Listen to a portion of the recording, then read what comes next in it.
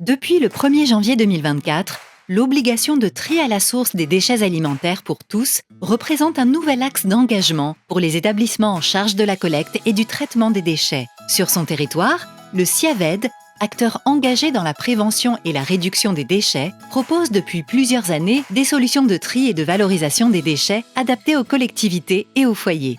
À Rem, commune de plus de 12 000 habitants, où près de 75 000 repas sont servis chaque année, la gestion des déchets de restauration collective s'inscrit dans une démarche éco-responsable. L'objectif de cette démarche est de répondre dans un premier temps à la réglementation de la loi AGEC.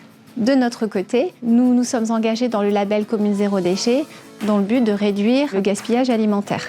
Le CIAVED nous met à disposition du matériel et il intervient également auprès des agents et des enfants dans la sensibilisation du gaspillage alimentaire. Alors au tri des déchets, deux solutions. La première, c'est que nous sommes accompagnés par le CIAVED qui nous met à disposition des bioseaux qui collectent les déchets.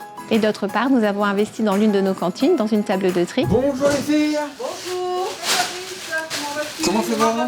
Chaque jour, Fabrice, référent zéro déchet de la ville, effectue une tournée de collecte dans 5 lieux de restauration scolaire de la commune. J'arrive avec des bioseaux vides, je récupère ceux qui sont pleins, je fais une pesée, que je transcris sur un tableau pour avoir en fin de mois le poids total et le nombre d'élèves aussi.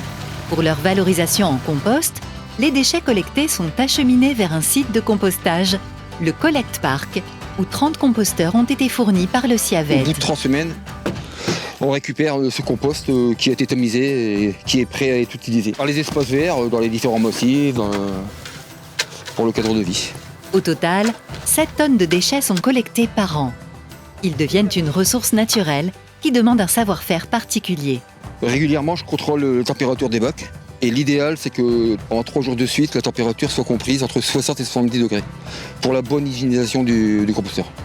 Quand on parle de déchets alimentaires et quand on voit le final, c'est super. Rien n'est perdu, donc c'est bon pour la nature, c'est bon. Pour parfaire ce dispositif, la ville a mis en place une commission restauration. Le but, s'adapter sans cesse pour réduire toujours plus le gaspillage. On regarde d'abord les menus qui sont passés 2 mois avant. On regarde le poids des déchets et on fait des tableaux pour savoir où on en est par école. On modifie les menus avec le prestataire pour éviter qu'il y ait du gaspillage alimentaire. Avec sa politique zéro déchet, Rem montre l'exemple. Cette initiative s'inscrit au cœur des priorités de la municipalité. On veut améliorer notre impact sociétal, notre impact environnemental. Notre volonté, c'est que ce qu'on a mis en place puisse servir un petit peu d'exemple aux autres communes pour leur faire comprendre qu'elles peuvent le faire.